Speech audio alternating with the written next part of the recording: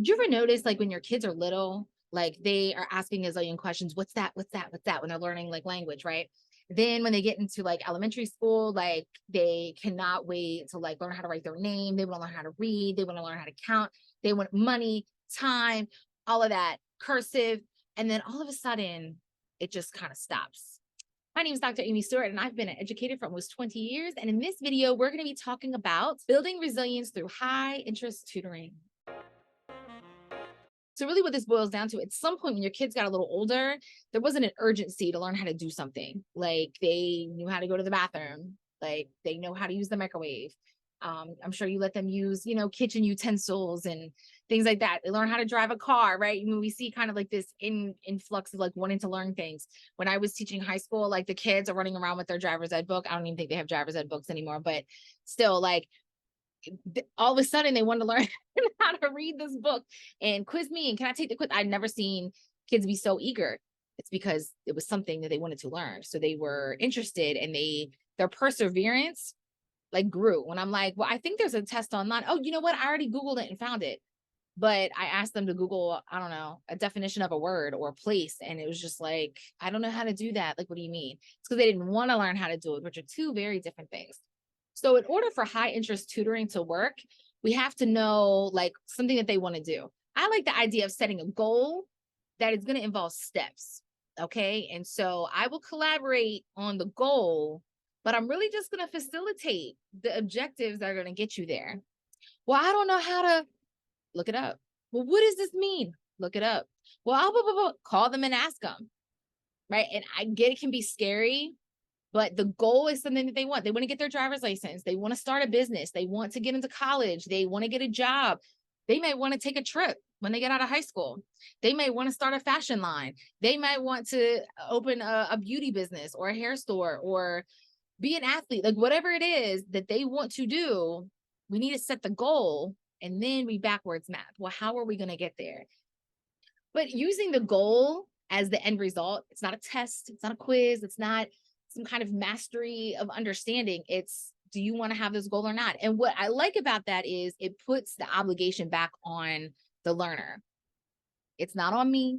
I'm going to show up and I'm going to do my job.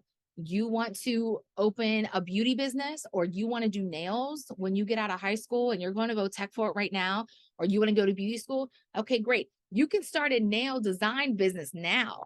Is that what you want? Do you want to sell your designs online? Do you want to sell the nail pieces? Like, do you want to have a storefront? Do you want to be an influencer? Like all of that stuff can happen now. Do you want a beauty business? I can backwards map with you and create the goals and objectives that by the time you are out of beauty school and have your license, you have been practicing and showing people and selling the nails. Because I believe if you just paint the nails, you can still sell them. Like you're not actually like putting the nails on anybody. Or maybe you want to get on the business side and you want to learn like, okay, well, where the gems and the jewels and the nails and polish and the dips and all that kind of stuff, like the little bits that go on the, like, where's all this stuff come from? Do you want to sell that stuff? Do you want to have a store like that you could have like this? You don't have to wait until you finish beauty school. Anyway, those are the conversations that I have with your learner. And then we backwards map. And that's going to be the curriculum. I'll give it maybe 2 weeks. And in 2 weeks, I don't see your team moving and shaking towards that goal. We all need to have a conversation. We're all going to come back to the table and say, okay, maybe this isn't what she wants. Let's figure out what the goal is. Let's start a little smaller. Maybe you want to take a trip somewhere. You want to take a trip somewhere? Maybe you want to have a party, a beauty, it could be like an event at your home where like everybody dresses up, you guys can have snacks and whatever. Like maybe you get some nail professionals to come over and like do your nails. I don't like, that's the conversation we have. If the goal is too big, like I was a special ed teacher for a couple, like about half of my career. And if like the kids would get goals for the year and quarterly, we're supposed to evaluate them. I think they would give you like 2 quarters. I honestly think that's too long, but 2 quarters, if you were not making any progress toward a goal, like at all, like not that it wasn't addressed, but that there's no progress at all, like we're addressing it and nothing's happening. We have to meet as a team and redo that goal. So either break it down into 2 or 3 goals, throw it out and put a whole new one in. like baby step it back, where you're going to have one goal you're going to work on now, and this one's done, we'll work on the next one. Like, we have to have a conversation about it. And that's exactly what we would do. We come back to the table. What is it you really want to do? And so it's my job to offer mindset prompts, mindset activities, conversation starters for you parents for the dinner table, that you're not going to disappoint us. There's no wrong answer here. It really is. We really want to know what it is that you want to do. And kids are going to get stuck there, because especially when they get to high school, people don't ask them that. And as other outside of, what do you want to eat? Or what do you want for Christmas? What do you want for your birthday? Like, that's why when they get to that age, it's like, I just want money, because they don't even know what to say. They have no idea how to even answer that question. And so by allowing them to be seen and heard, not about them not being able to read well or like not liking math. It's not that. It's allowing them space to think about what makes them really happy, to think about if everybody in my corner was rooting for me, my parents, my tutor, like my group, my little learning pod that I'm in, like if everybody is rooting for my goal and nothing could stop me, what would it be? That's where we start.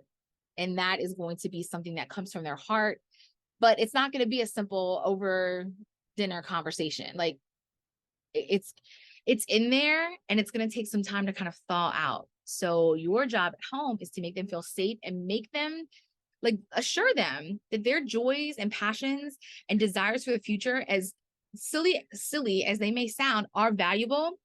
They deserve space in this world. They deserve space to be spoken about and brought into existence. And when they feel seen like that, and they feel heard, and they feel like their dreams and hopes are valuable, and they feel like you believe them, that you take it seriously, that's it. When you take it seriously, it's going to help them take it seriously. And so then they will show up and be ready for the sessions, and they will do the work, and they will build that stamina, because it's something that they want. They're going to try harder. They're going to do that extra. They're going to go above and beyond. They're going to keep going, even when it feels like I don't understand what I'm doing. Maybe I'm going in the wrong direction. Keep doing it. I'm nervous. I don't want to make a YouTube video about my nail designs. I don't want to tell people that I really want to be a fashion designer. I don't want to let my parents know I want to be an author or a model, or like whatever it is. I want to be a singer. Like, you might have a kid who has a beautiful voice and you have no idea, right? And they're nervous, right? But the idea is just do it scared. You know what I mean? Like, it builds that endurance. Yes, it's going to hurt. Just like when you're working out, all these muscles you've never felt before, keep doing it. It's going to build endurance. So check out the link below for that free guide.